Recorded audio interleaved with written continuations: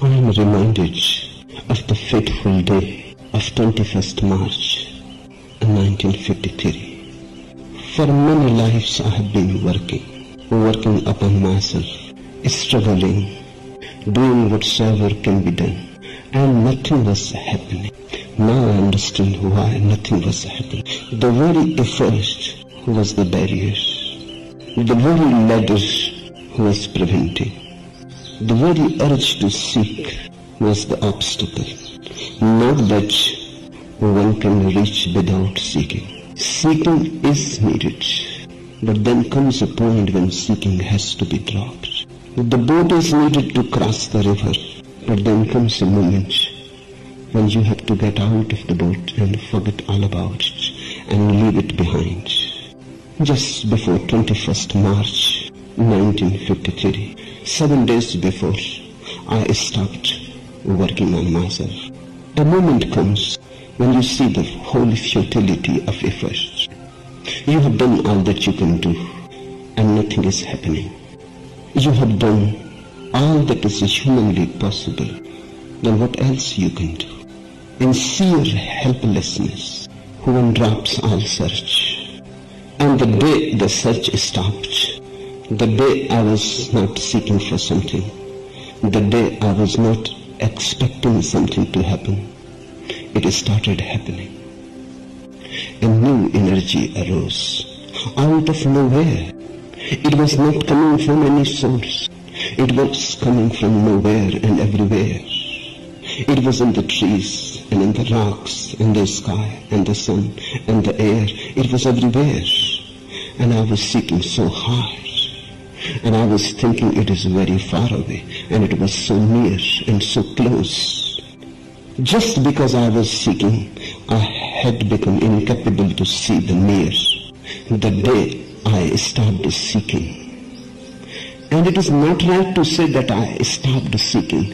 Better will be to say the day seeking stopped. Let me repeat it. The better way to say it, the day the seeking stopped. Because if I stop it, then I am there again. Now stopping becomes my effort. Now stopping becomes my desire. And desire goes on existing in a very subtle way. You cannot stop desire. You can only understand it. In the very understanding is the stopping of it. Remember, nobody can stop desiring. And the reality happens only when desire stops. The day desiring stopped, I was helpless and hopeless. But that very moment, something started happening. The same started happening for which for many lives I was working, and it was not happening. In your hopelessness is the only hope. And in your desirelessness is your only fulfillment. And in your tremendous helplessness, suddenly the whole existence starts helping you. It is waiting. When it sees that you are working on your own, it does not interfere. It waits. It can wait infinitely because there is no hurry for it. It is eternity. The moment you are not on your own, the moment you drop, the moment you disappear, the whole existence rushes towards you, enters you, and for the first time things start happening. 7 days I lived in a very hopeless and helpless state, but at the same time something was arising. When I say hopeless, I don't mean what you mean by the word hopeless. I simply mean there was no hope in me. Hope was absent. I am not saying that I was hopeless and sad. I was happy, in fact. I was very tranquil, calm and collected and centered. A presence was felt. Something was overflowing in me, overflooding me. And when I say I was helpless, I don't mean the word in the dictionary sense. I simply say I was selfless. That's what I mean when I say I was helpless. I have recognized the fact that I am not. So I cannot depend on myself. So I cannot stand on my own ground. There was no ground underneath. I was in an abyss, bottomless abyss. But there was no fear, because there was nothing to protect. There was no fear, because there was nobody to be afraid. Those 7 days were of tremendous transformation, total transformation. And the last day, the presence of a totally new energy, a new light and a new delight became so intense that it was almost unbearable, as if I was exploding, as if I was going mad with blissfulness.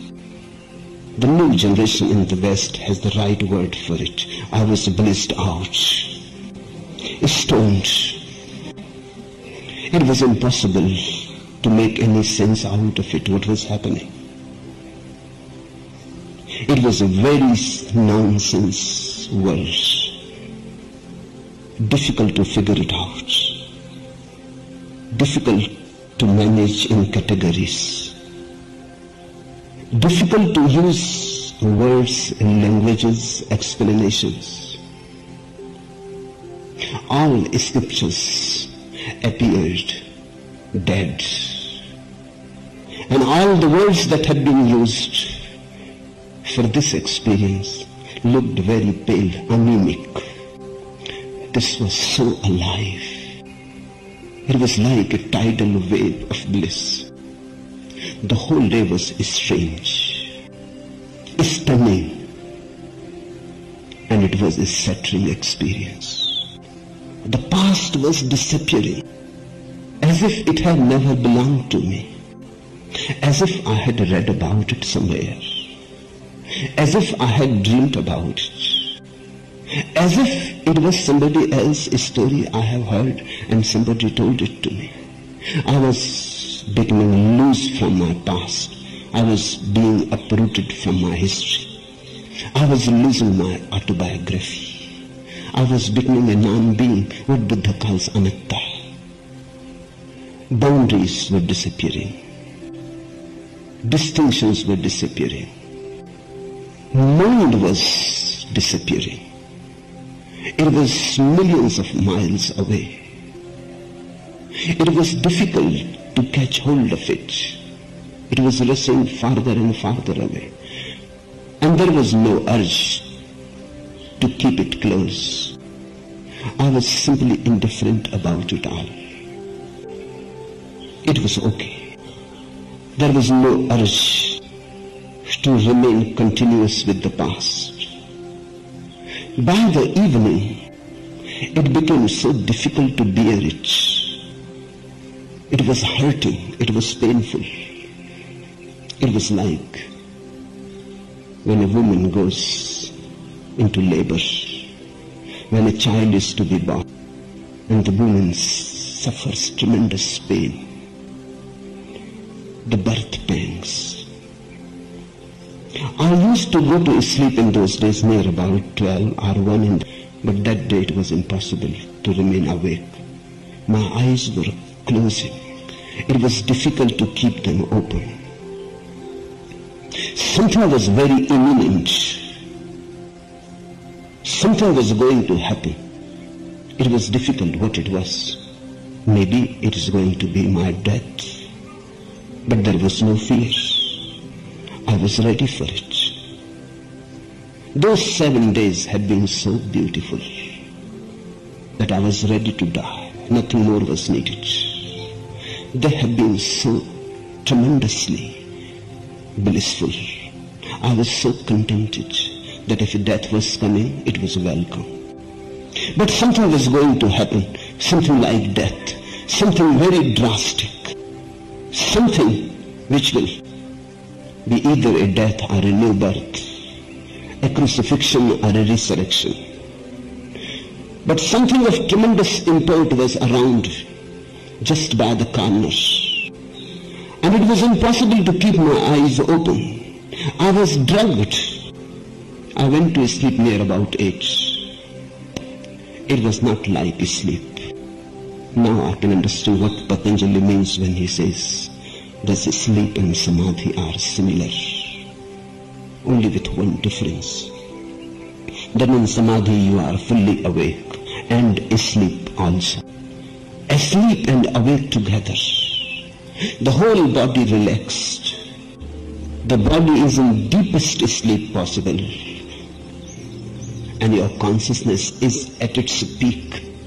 The peak of consciousness and the valley of the body meet.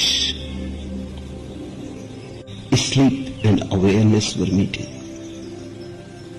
Death and life were meeting. That is the moment when you can say the Creator and the creation meet. It was weird. For the first time, it shocks you to the very roots. It shakes your foundations. You can never be the same after that experience. It brings a new vision to your life, a new quality. Near about 12, my eyes suddenly opened. I had not opened them. The sleep was broken by something else. I felt a great presence around me in the room. It was a very small room.